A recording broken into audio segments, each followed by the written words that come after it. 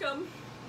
So I've got some light streaming in. This is the one time when my southwestern or the eastern facing window gets a lot of light.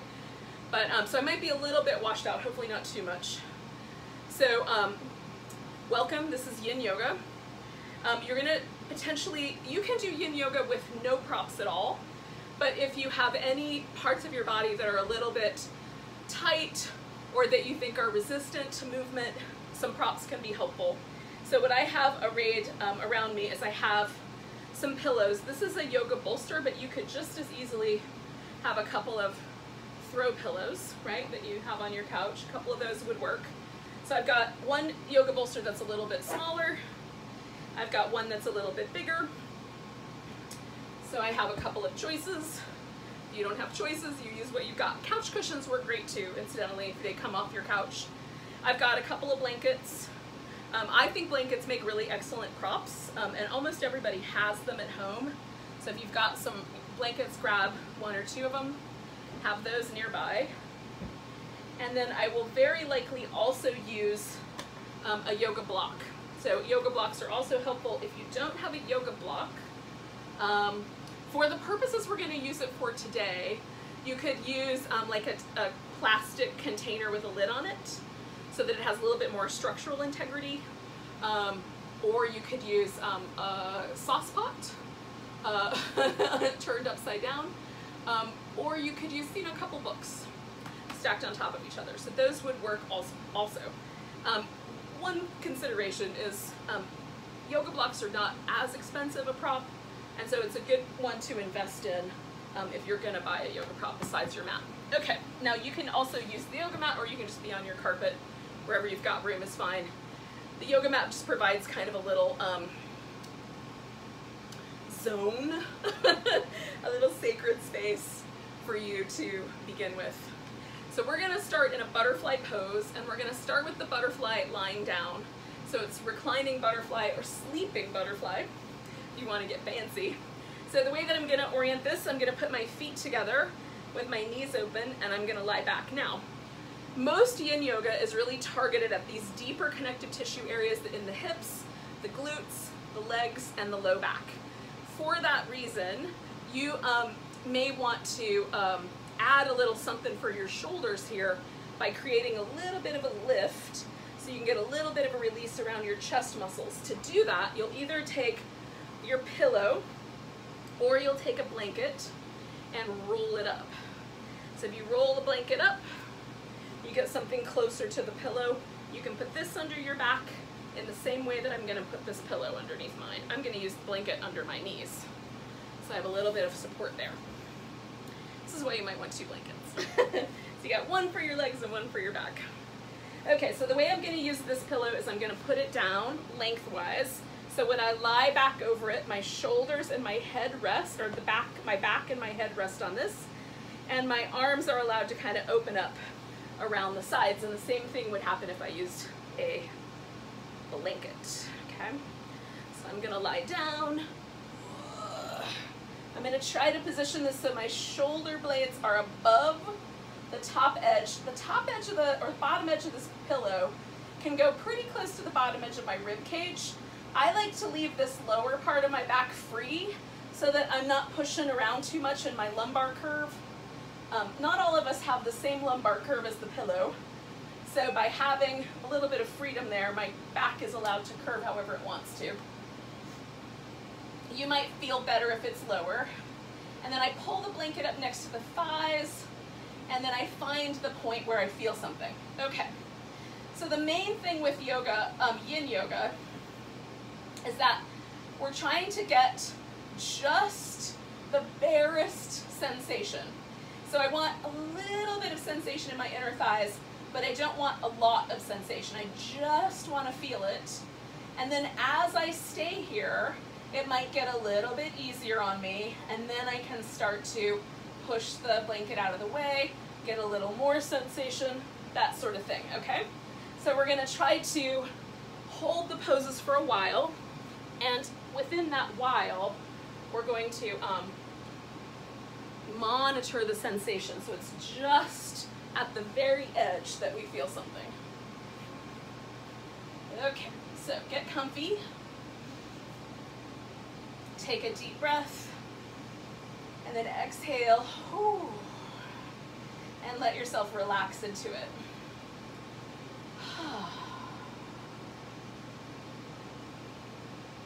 And again, if you start to feel like there's tension, or it starts to feel numb or burning, you want to back off a little bit, add more support. If it goes away, you can make it a tiny bit more sensation oriented by moving the props out of your way.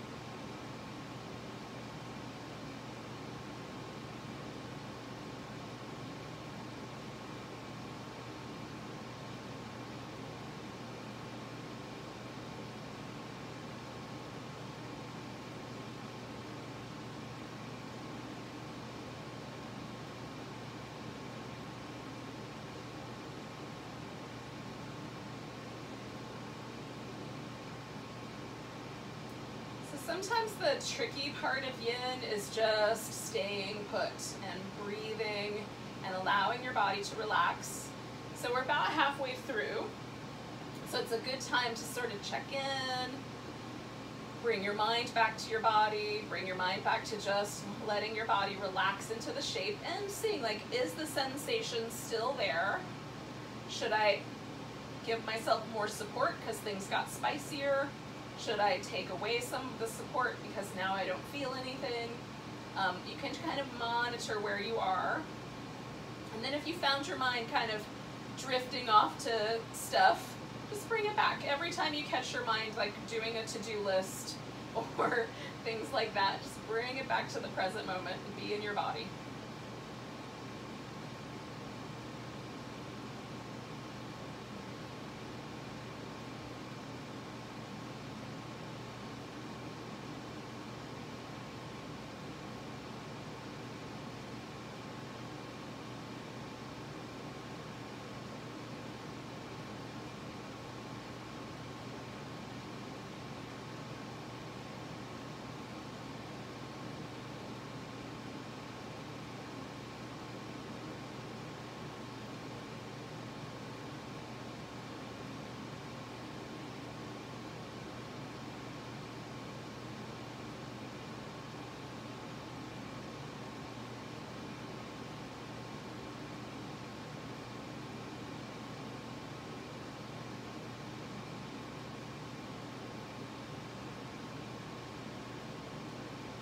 Stay for about 1 more minute.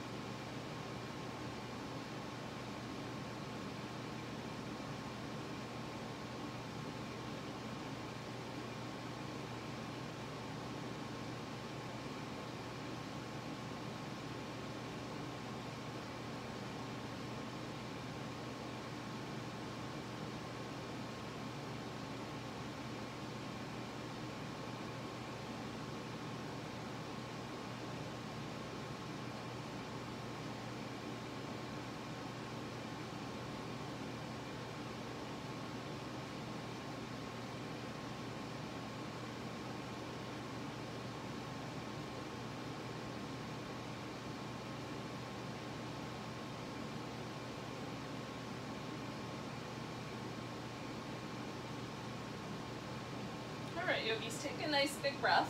It might have been a little longer than a minute. Take a big breath.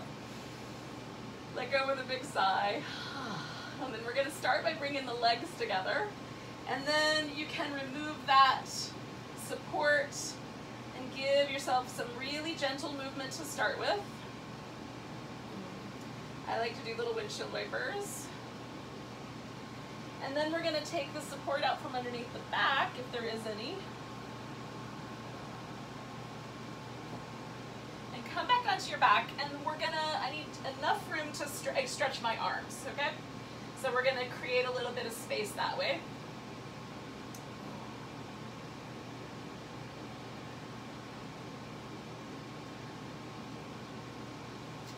Alrighty, so pause for a moment with your legs extended and just feel.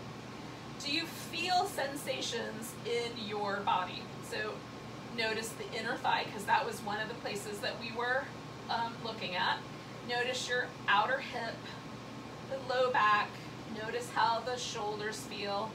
And so I still feel like there's a little bit of an impression left underneath my shoulders from that bolster.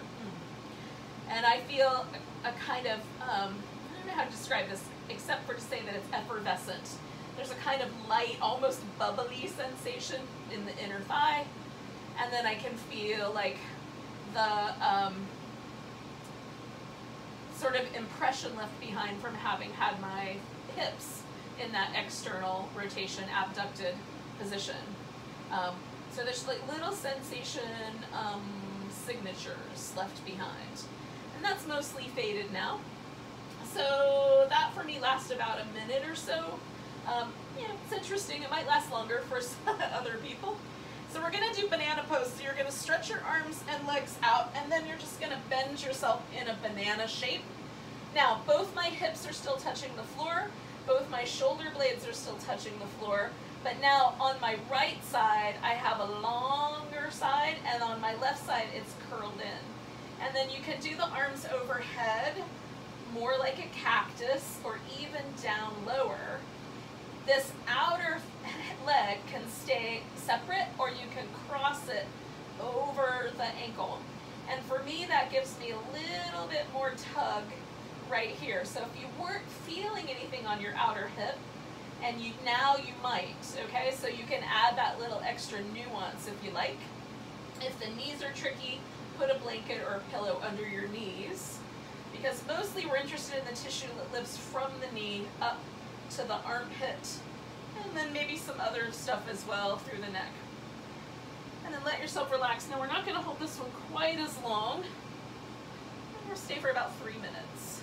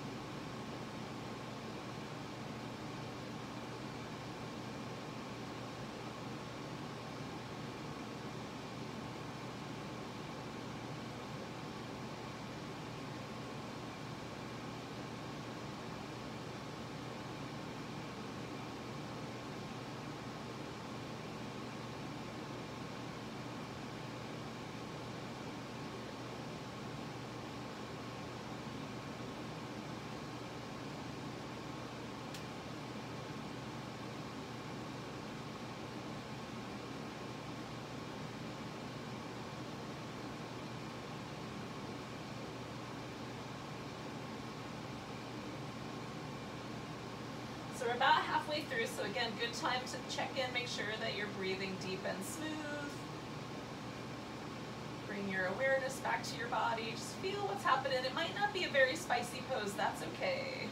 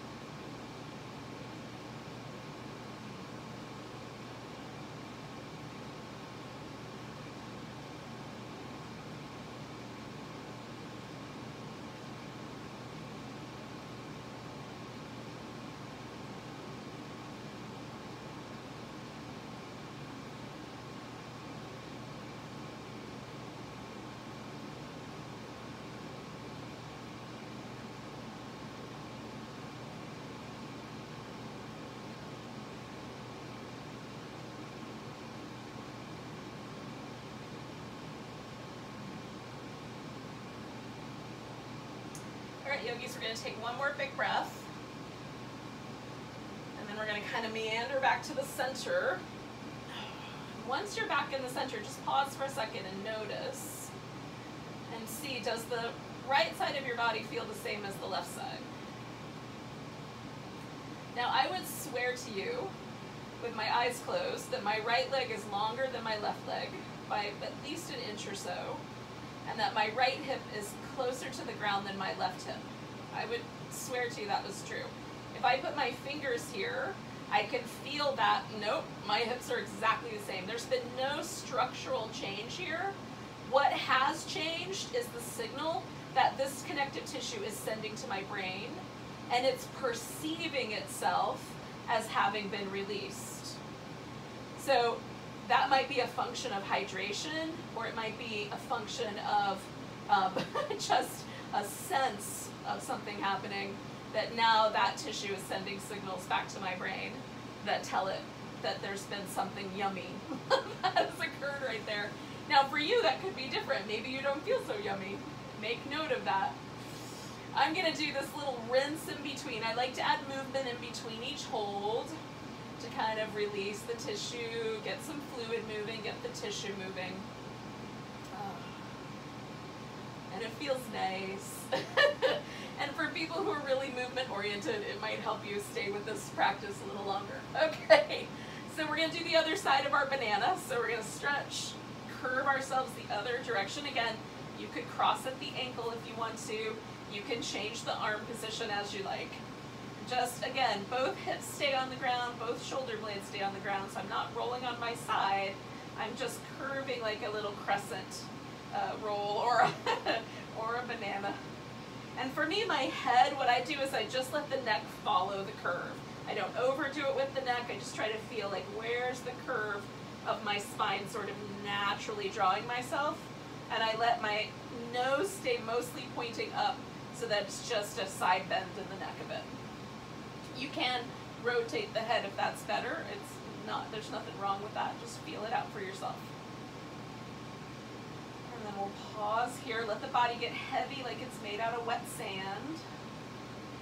Every muscle relaxes around this hold that we're doing with our whole body.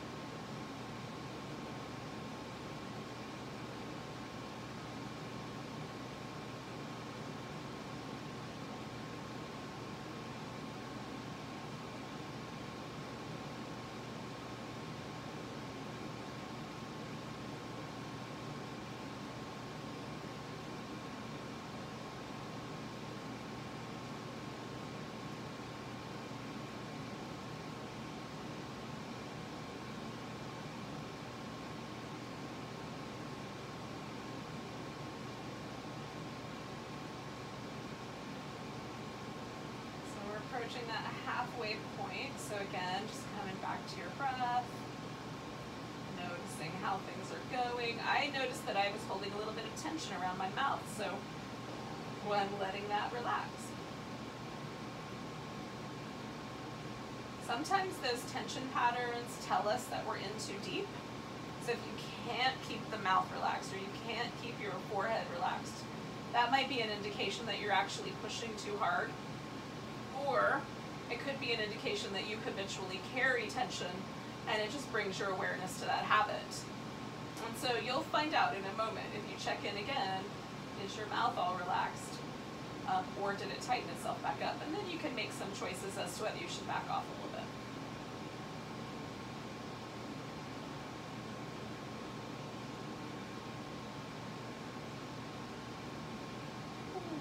deep, smooth breaths, yogis. We're going to stay for around 45 more seconds.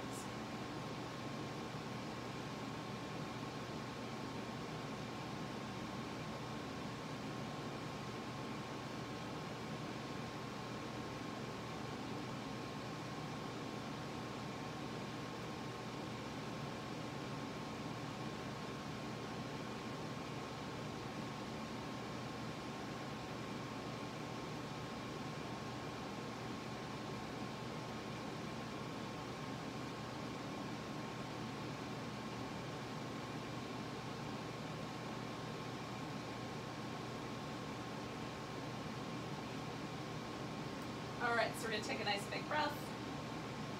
And then we're gonna meander out of that side. Check it out for a moment. Does it feel like your hips are more even, that your legs are more even? Could have switched. And now this side is a little lighter. For me, it usually feels pretty close to even. And then give yourself some movement. Now we're gonna come to a seated position, but you have about a minute. So if you want to do some cat-cows or some down dog, or you need to do some interpretive dance, this is your chance. I'm going to do some interpretive dance. You can also get a drink of water. Make sure that you're staying hydrated.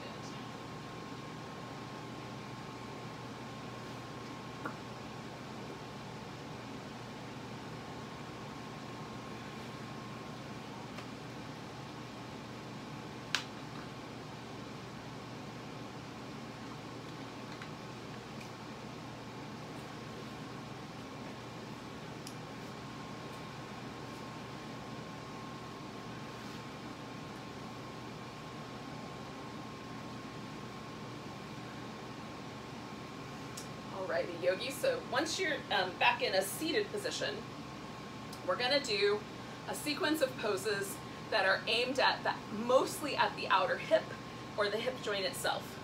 So when we're talking about the hip joint itself, we want to be very mindful of that pressure. We're not going to get pushy. So one of the magical parts of Yin Yoga is that we're trying to do this at the very beginning layer of sensation. So we're going, I don't feel anything, I don't feel anything, oh, I feel something, stop. So right at that layer, we're not trying to go all the way to, oh my God, I almost can't stand this anymore. That's way past the edge. The edge is right at the beginning of sensation. So when you feel something, stop. Now, if the pressure builds up and it starts to feel more intense, you can back off, and that's where props come in. Sometimes just elevating a body part or setting it out on a prop or adding a pillow can be helpful. The other thing you can do is leave the pose, move around a little bit, and then you might come back to the pose, okay? So we're gonna hold each of these poses for about 4 minutes. The first pose we're gonna do is called the deer.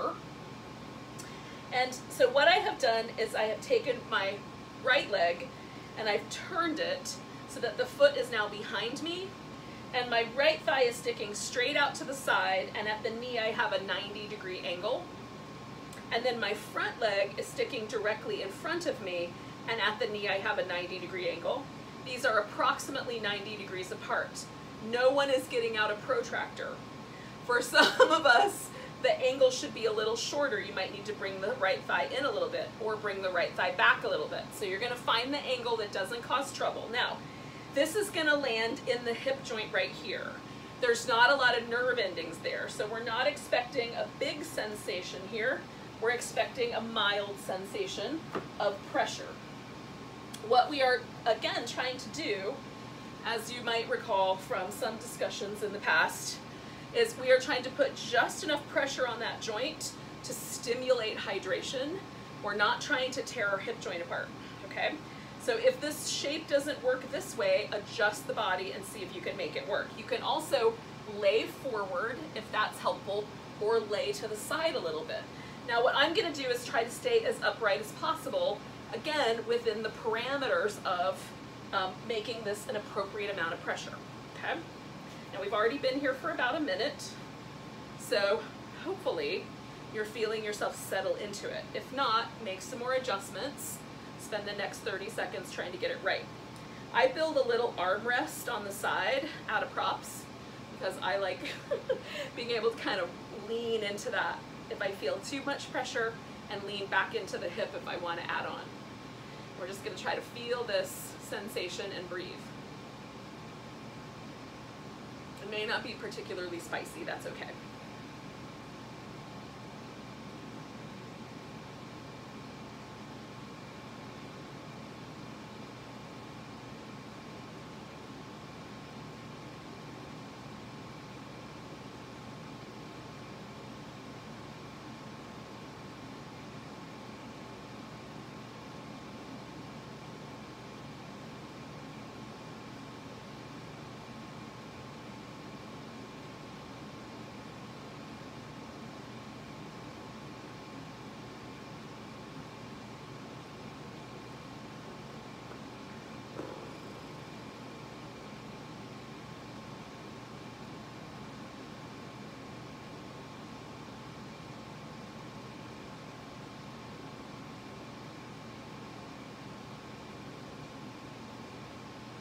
How's it going out there, yogis? We're a little over the halfway mark, about a minute and a half left. So there's little places in the body that always give away if our nervous system is like wondering what the heck we're up to. And for me, the easiest place to touch those is at the face. So if your facial muscles feel like they're tightening up, or your lips feel like they're getting thin, or your jaw tightens, those can be indications that you're actually pushing your nervous system too far. And so check in with your face from time to time, see if those muscles are relaxed, if the mouth is nice and soft. If it's not, you might back off a little bit. It's our last minute here, y'all.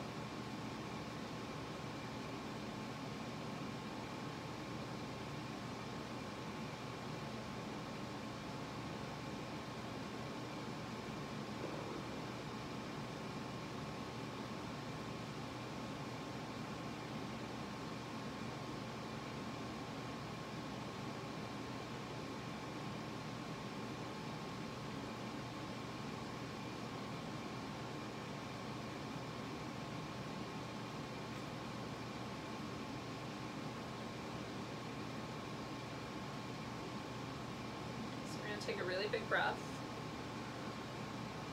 Let go with a really big sigh.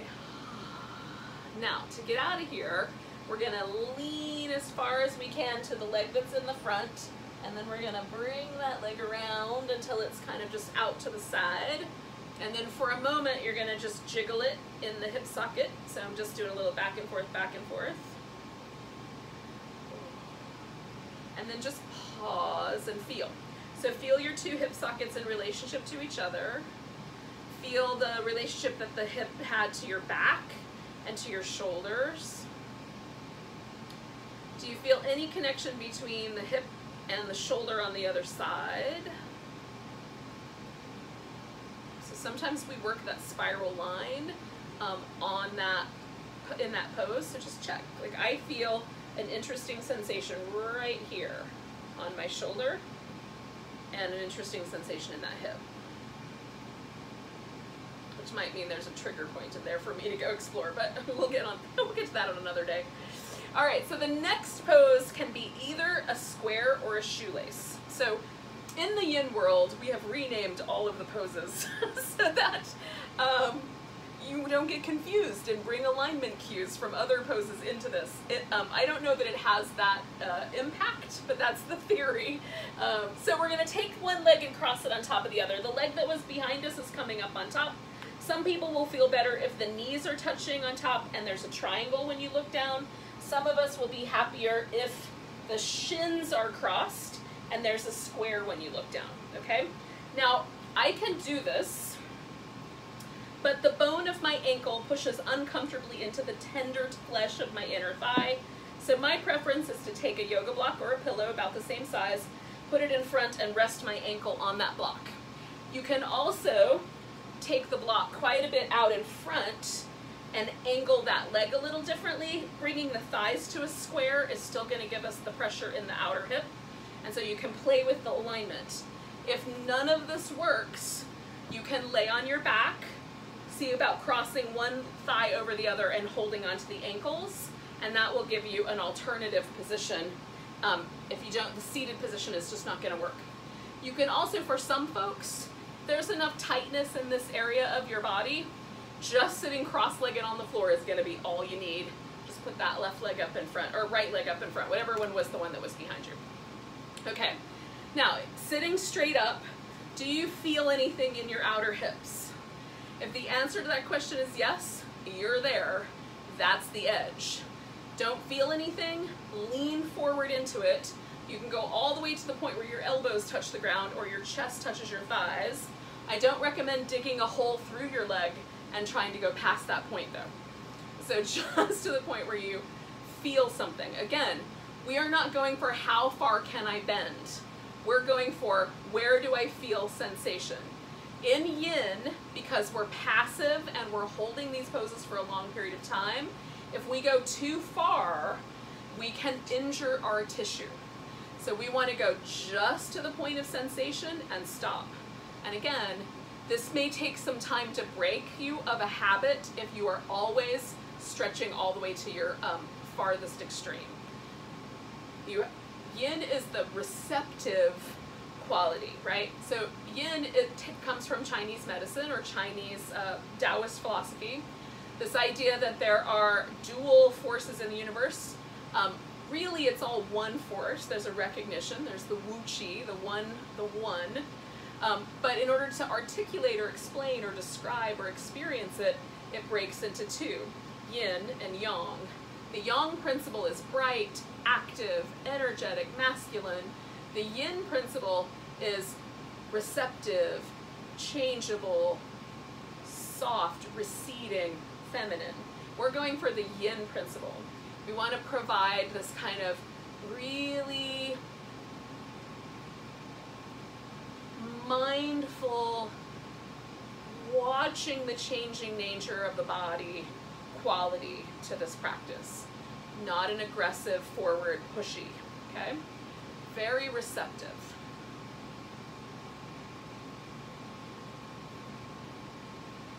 We're about halfway through. Pause, breathe, notice.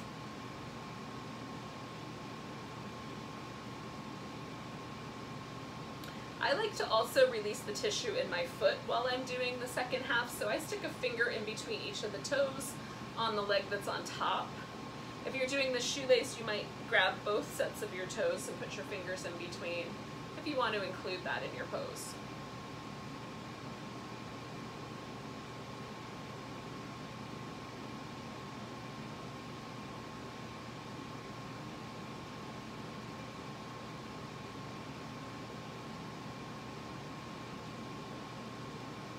Pay attention to the breath.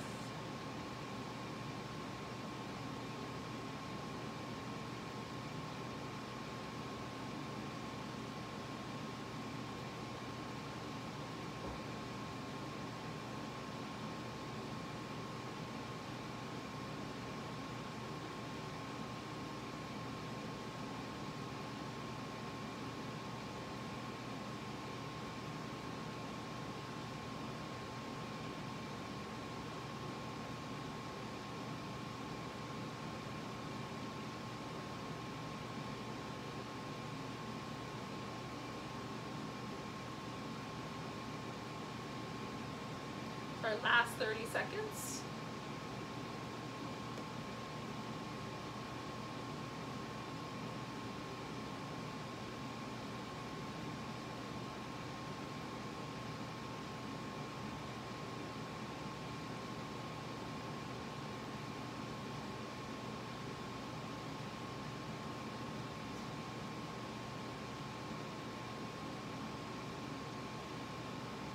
So we're going to take a nice big breath. We're going to let go with a really big sigh. Now you're going to inhale and come all the way up and lean back, and then you're going to exhale and unwind your legs. And then you're going to pause and give yourself a little bit of movement. And see what happens. What does your body feel like? So If the body feels light, effervescent, nice, sweet, if those are true, excellent. If the body feels grouchy, sore, oh, it was really painful to unwind that pose, you were too pushy. And so be mindful of that. So we're always going for this very, very subtle approach to these poses, okay? Our last pose for me is the spiciest in this sequence, and that's the swan pose. You may know the swan pose by the name the pigeon pose, or Raja Kapojanasana, if you want the Sanskrit. So the leg that was on the bottom of the stack is gonna be your front leg. The leg that was up on top is gonna be your straight leg, okay? Now I'm gonna show you an upside down version in a second, but first I'm gonna show you the regular version, okay? So the regular version, I'm gonna turn a little bit sideways, is to have one leg up front and one leg behind. Now you can fold forward or you can prop up in more of a back bend. You can put props underneath your hip to level your pelvis, or you could even let that leg bend. So this is why it's the swan and not the pigeon. Because in Yin, we let go of some of the alignment rules and we really focus on the sensation. Like, where's the sensation? Is it a pleasant sensation? Am I just at the edge of that sensation, or am I too far over the edge?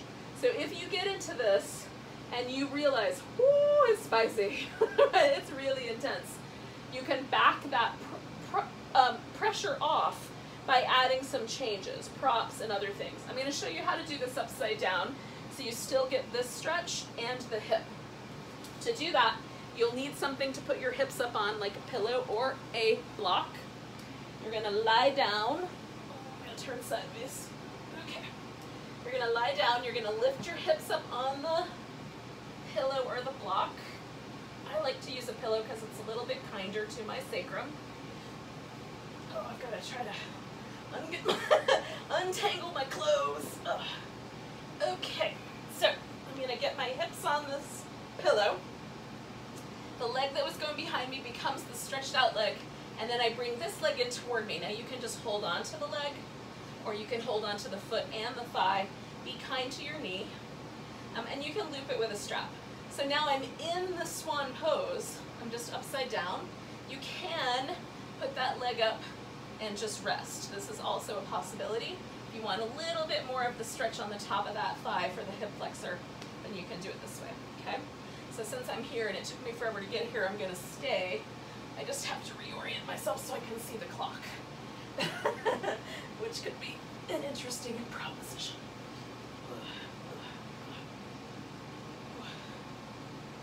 Okay, there we go. One more. I might wind up off your screen, yogis. Just carry on. All right. Swan, or I like to refer to this one as swan in a cabana. Where is my cocktail?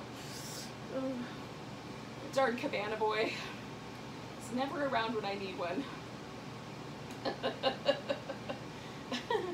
Just breathe, y'all. So we're through our first minute here. So I'm keeping my foot flexed for this because that holds my lower leg bones in place and it keeps my knee from twisting in a funky way so that I can still experience this little bit of stretch in my outer hip. For me, in this version of the pose, it's a lot spicier on my hip flexor than it is in my outer hip. But I do feel something, and so that's enough. Relax, breathe.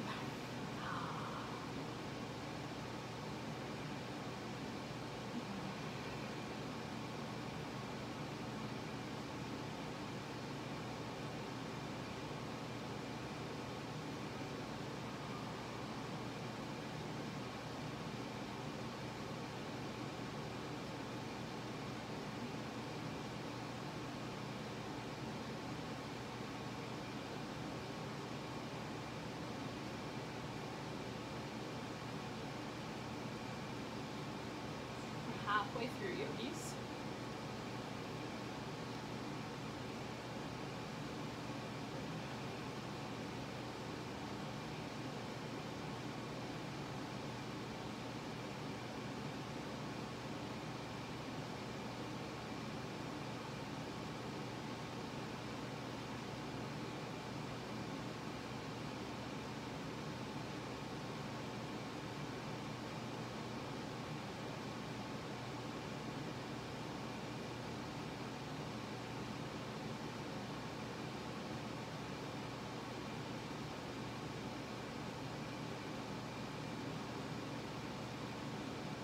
Make sure your mouth is relaxed, your eyes are all smooth, that space right between your eyebrows is nice and soft. If it's not, give a moment to that. We're going to stay for another minute.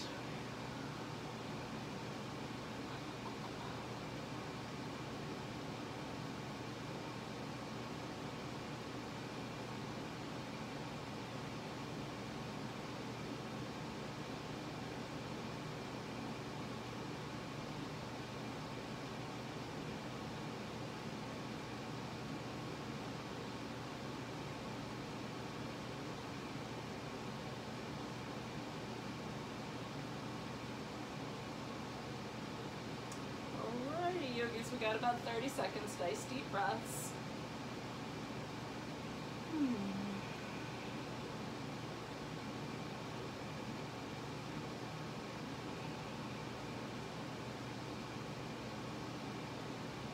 Hopefully you guys can still see most of me. Take a nice deep inhale. Exhale out a big sigh. Now we're gonna let go of this pose very gently. So if you're doing the one on your back, all you gotta do is let go of your leg, bring both feet to the floor, and then you'll lift your hips up enough to take the pillow out.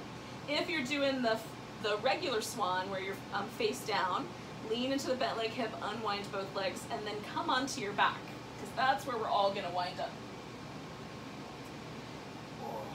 Now, we're gonna stretch out, kind of like a big old starfish. And then we're gonna see what happens. Is there a difference in the way, you can do a little movement, by the way, I'm gonna jiggle a little bit, but is there a difference in the way your right side feels versus your left side? Is there a difference between one hip and the other, one shoulder and the other, or like from one shoulder to the opposite hip, or vice versa? Just notice whatever there is to notice. Also notice the overall quality that it's brought to your body. Does it feel nourishing, or does it feel like it was a fight?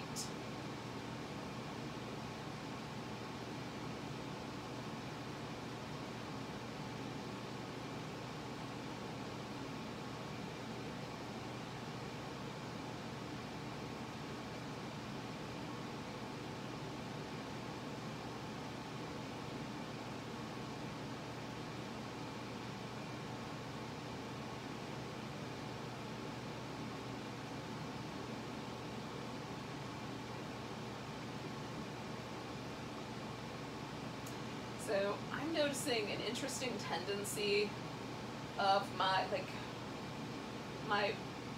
left hip and my right shoulder seem to want to connect to each other right here in the front. There's this kind of interesting tug happening there. On the opposite side, this hip has melted and this shoulder has melted into the earth. So I'm feeling quite a distinct difference in the cross-body relationship between these 2 points. I'm going to be curious when I'm done at the end of doing the other side if I perceive a difference there, or if there might be, because I know I have scar tissue and injury in my right shoulder, if this is just kind of the impact of that injury still kind of being present in my body. So we're going to pull it together. Give yourself a little bit of chance to move, and again, if you want to throw in some cat-cows or some down dog, do that now. And then we'll join back up in about a minute, or about 45 seconds now, in a seated position to do the other side.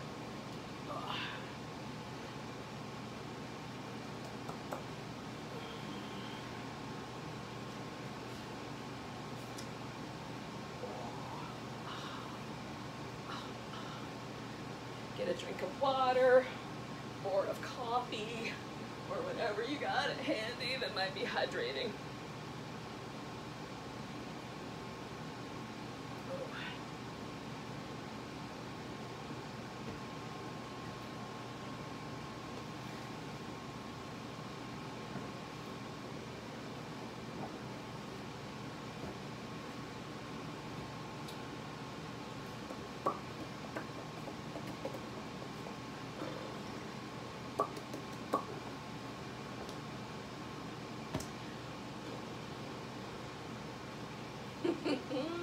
How you doing out there, yogis?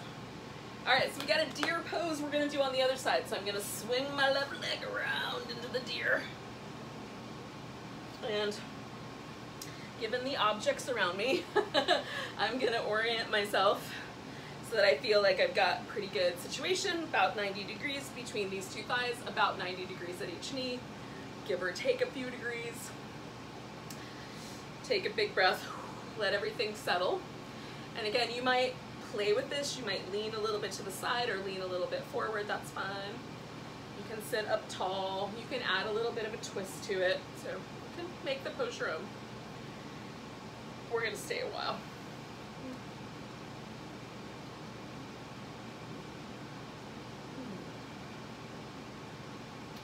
Nice deep breaths.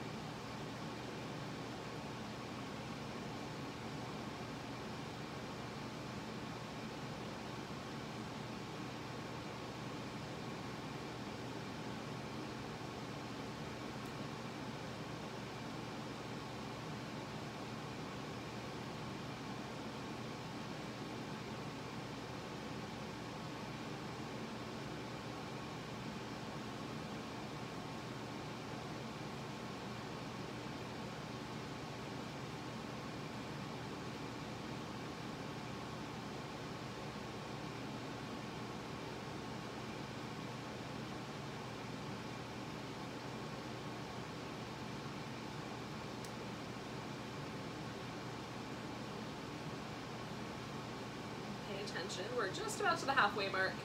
It's a good time again just to notice, am I carrying any stress? Can I relax my mouth?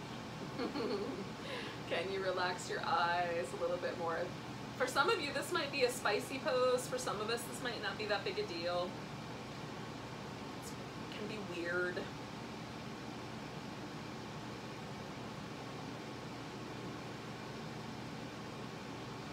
So again, some of the layers of tissue that we're talking about, like the really deep layer in the joint itself, there's not a lot of nerve endings there.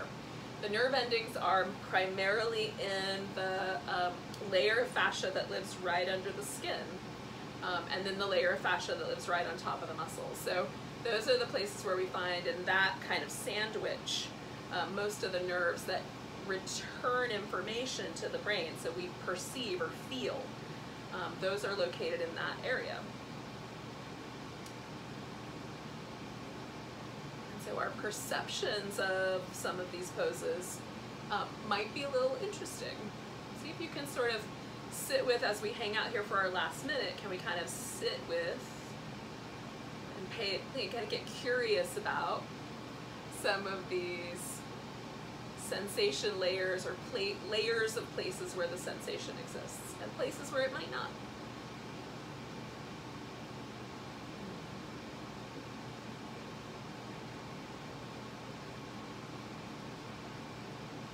This particular pose has not always been called deer pose, so you won't find it with that name necessarily, but this pose dates back to the Middle Ages and the Tantric period.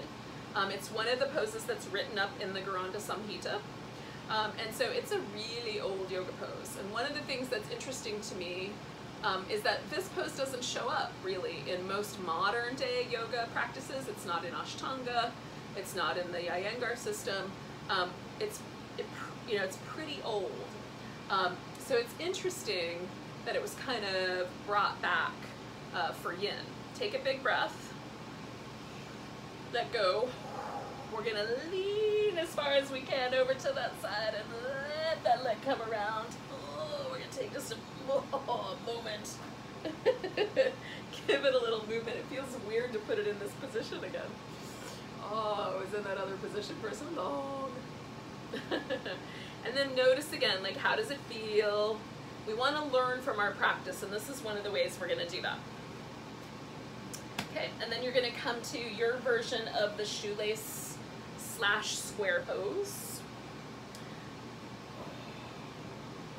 Add props if you like to add props. So last time I didn't fill the space in, but sometimes I like to fill the space, right? Sort of taking a little cue from restorative yoga so that everything is supported just at that verge of sensation. Right now, I don't need to lean forward. When I do, I feel a lot more. So I'm just gonna stay upright for the first half, and then I'll go in and do the foot release on the second half. Can you feel a difference if you did the foot release? Check in with both your feet. Do you feel a difference between the way the metatarsal area feels? Usually for me, like, I feel like the foot I did last time is almost more hobbit-like. It's very wide right across the ball of the foot. Again, these are sensations that might not match up if I sat down with a measuring tape. It's how my brain is perceiving the sensation in my body.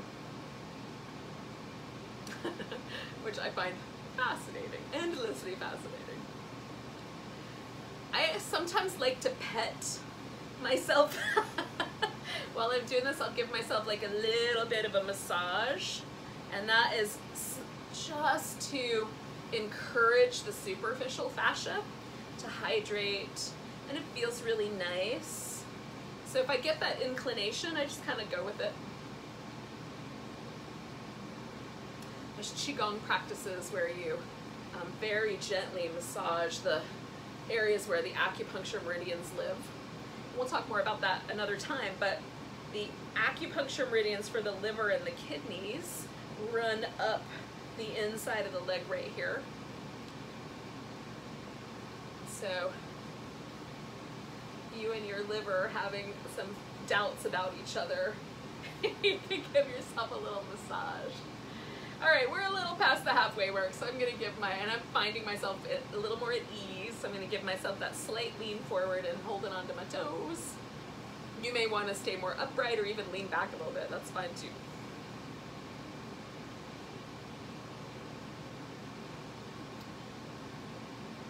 I'm going to try to resist chatting you guys up for the last minute. Just go into your breath and stay present.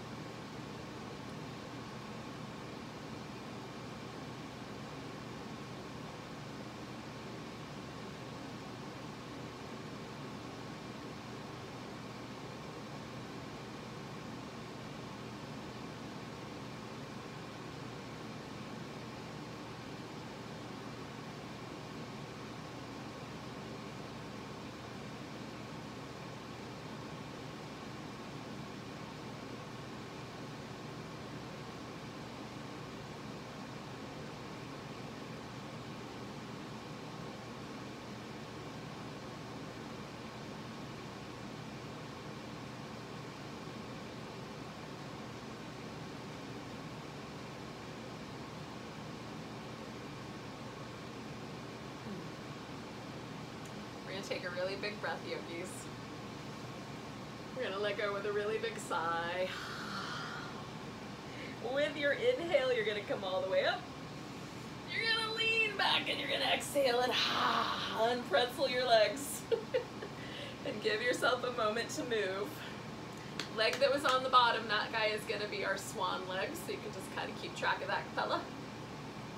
Or girl, gal. What's the right? There's not a good equivalent for fella. Already, if we looked at Italian, that would be the feminine. All right. So, we're going to take that pose. Now, again, you can do the upside down version, or you can do the on the ground version. Belly down version, as the case may be. We're on the ground for the whole thing. So, you decide.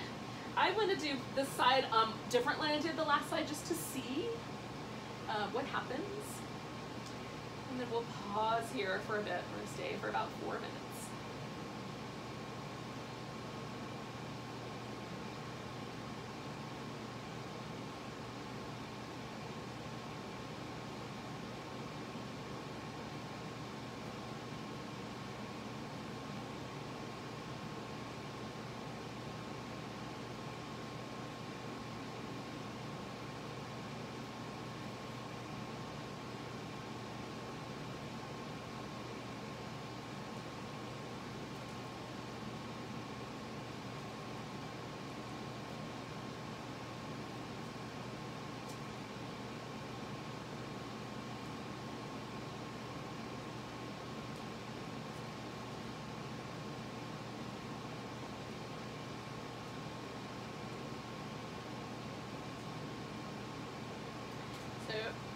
the end of this first minute, if you are in the seventh circle of hell, change your pose, right? Make some changes. If everything feels okay, I knew somebody was making a racket. Was it you? if everything feels okay, just stay where you are, or you can, you know, check it out about another minute or so in and see how things are going. Hi there, Coconut. Hi. Pretty kisses. Go ahead. I gave you bedhead. Sorry about the bedhead.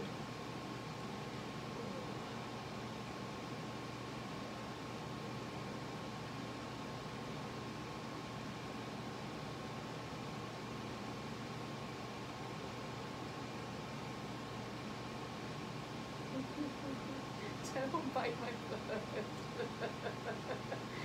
You rascal.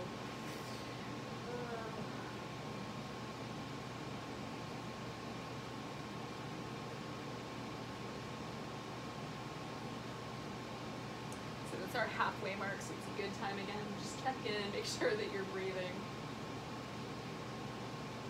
Notice if there's extra or undue tension in your face.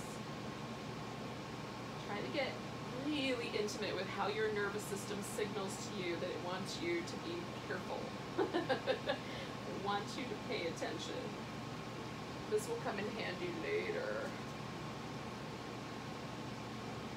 And if you need a poker face, like this will also help you learn how to keep your face completely relaxed even when you're totally stressed.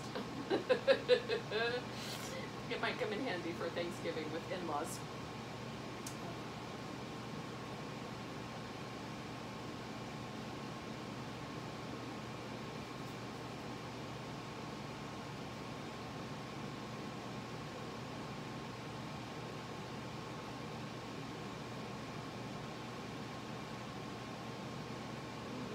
Last minute here, yogis, just noticing where we are.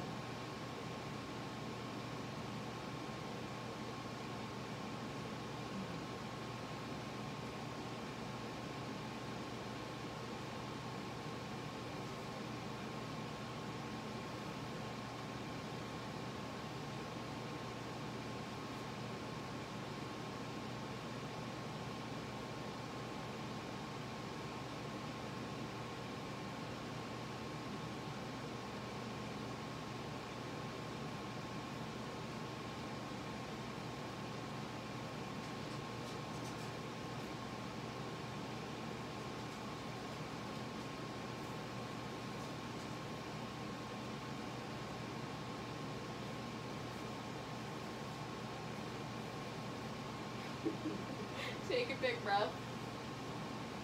Let go with a sigh. And then we're going to lean into this bent leg hip or unwind in whatever way is right for you given the pose you did. Now yogis, I've got fantastic news for you. Are you ready for this news? It's time for Shavasana.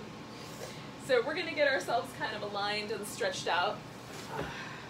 I'm going to put this big pillow under my legs so I really have a let go, a real relaxation, and I'm going to put a blanket underneath my head. So I'm going to kind of orient both of those things. Now before I do the pillow under my knees, I want to feel. So I'm going to lie down,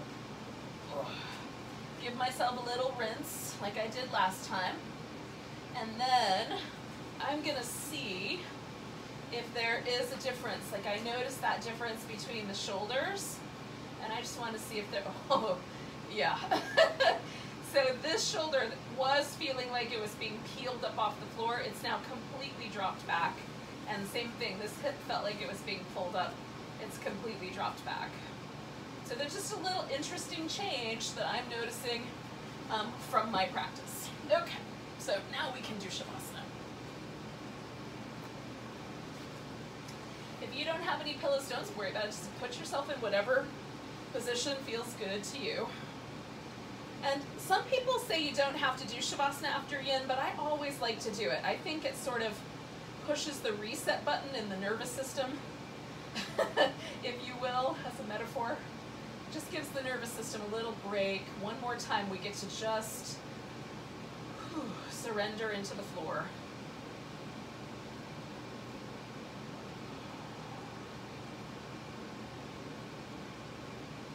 And then let yourself just breathe naturally.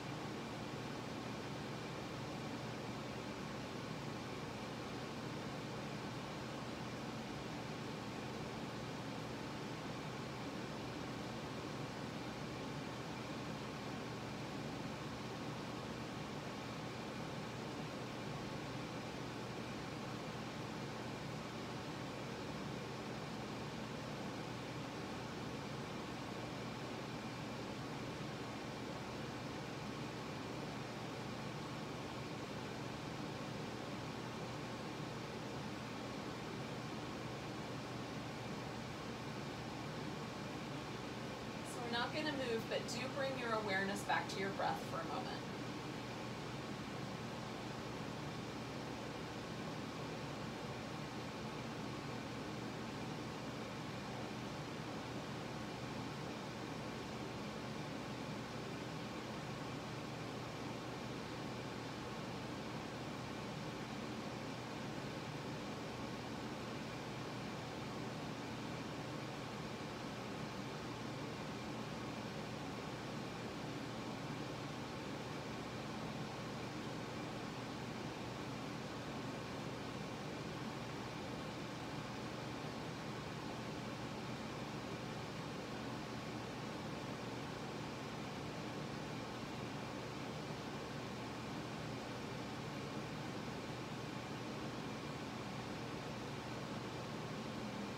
Take a breath nice and deep all the way to your toes. Let go with a big deep sigh. Wiggle your fingers and toes. Stretch out. Give your whole body a stretch. And then we're going to cuddle up. Give our backs a little massage.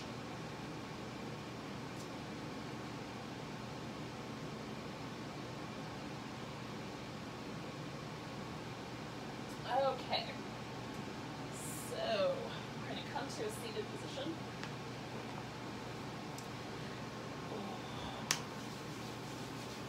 purposes of the practice, we're going to take a nice deep breath and we're going to say Namaste. Or don't, but I'm going to. Nice big inhale. Big deep sigh. So welcome to the rest of your day, yogis. Namaste.